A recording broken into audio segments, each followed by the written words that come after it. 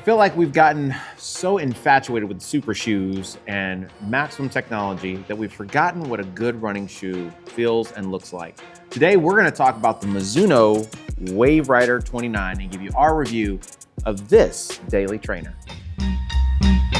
Change your mind, change your life.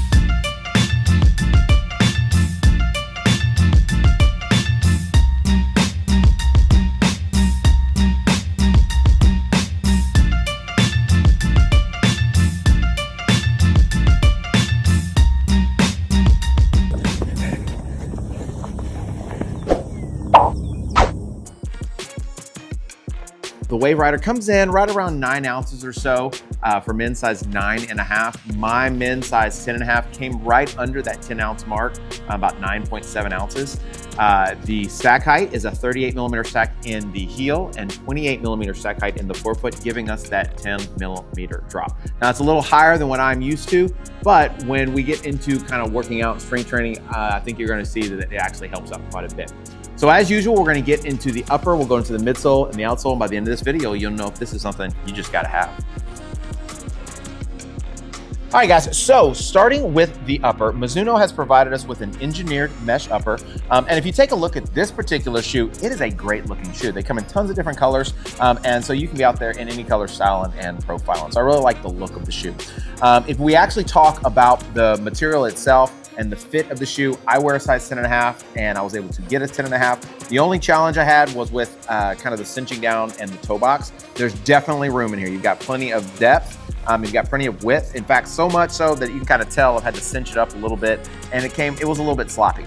But once you got it cinched down, my foot wasn't sliding around or anything like that. Very ample heel counter. You can see there's plenty of support there. So the good lockdown fit in the heel. And then you also have that attached tongue, which I'm a huge fan of. So it's the tongue itself, which is, I don't know why you get excited about a tongue, but the tongue is perfect. It's not too thin, it's not too thick. Keeps those laces from kind of cinching down on your foot. So right on with that particular part of the shoe. So for me, I was able to get a good fit, a little sloppy at first. It's not too hot, not too cold, right there in the middle. So overall, I think the upper is a great option here with this Mizuno. Making our way down to this midsole, the Mizuno Wave Rider 29 midsole is what they're calling their ENERZY NXT foam, which is just basically a supercritical nitrogen infused foam. So those molecules are a little spread apart, meaning you get bounce, you get cushion. So it's somewhere between, it's not max cushion, but it's also not a minimalist style shoe. So at that 38 millimeter stack height, you do get plenty of cushion, but you don't feel like you're, in moon boots or anything like that. And because of that 10 millimeter drop going down to that 28 millimeters, you don't have a ton of foam underneath the forefoot. So I think it does give you a decent amount of cushion without entering to that max cushion territory. It also has what they call a thermoplast plate. So it's kind of a plastic plate that is inside the shoe. So unlike a carbon fiber plate, it's not nearly as stiff, right? So you can see that when I bend that shoe, you can bend it really, really easily. But it does add a little bit of pop, right, to that toe off. And so for me, I felt like with the plastic plate, with the nitrogen infused foam, it was a nice, comfortable ride. Something that you could run easy and slow with, but if you needed to or wanted to, you're doing some interval work, or maybe if you're doing like hybrid style training and you're doing some sort of compromise run where you can pick up the pace in a workout. I found myself actually doing a lot of workouts in this shoe where I may be pushing a sled or doing squats or lunges. And I don't know if it's because of the height of the shoe or if it's because of the plate, but I found it to be a pretty stable shoe and was not like uneasy and worried about breaking my ankle or anything like that. So for me, I believe that the midsole was comfortable. It was cushioned, taking it up to about a 9-mile run is about the max. I probably wouldn't take it any further than that just because it doesn't have that extra cushion. There's so many other shoes that you probably feel more comfortable in. So for me, I think the midsole works for what it's meant for. So as a daily trainer, that midsole works pretty well.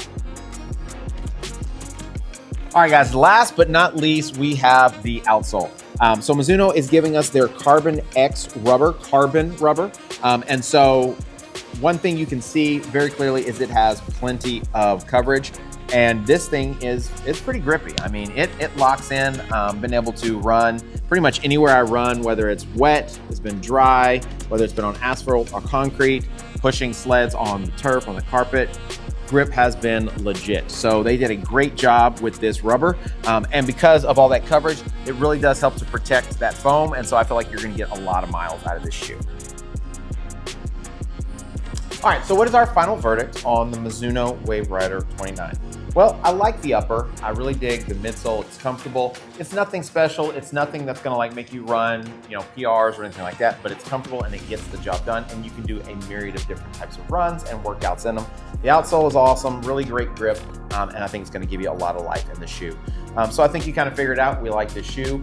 Right now, the Wave Rider 30 is about to drop, and so now, since it's kind of like, last year's news, you can get this shoe super cheap. I've seen it as cheap as $75, up to like $119 or something like that. So it's a great time to try to get this shoe, get your hands on this shoe, because a lot of stuff I've seen about the 30 is there's not like a big difference between the two. So for me and for the Running with James channel, the Wave Rider 29 must have. All right, thanks for coming in today, guys. If you got something out of it, if you enjoyed it, please like, share, subscribe to the channel. It always really helps us out. Question of the day, what is more important to you when it comes to a daily trainer? Is it speed? Is it comfort? Is it versatility? What are the things that you look for when you are looking for a daily trainer? So guys, thank you again for coming in. I cannot thank you enough for supporting the channel. If you'd like to be even greater supporter, you can become a Patreon member simply by going to patreon.com/runningwithjames. All kinds of extra content. You get discounts, things like that off of run coaching and merch, while also getting some really awesome content. We got this thing going on Coach's Corner right now that is chef's kiss. It's really, really good. So guys, thanks again for coming in. And remember, as always, when you change your mind, change life.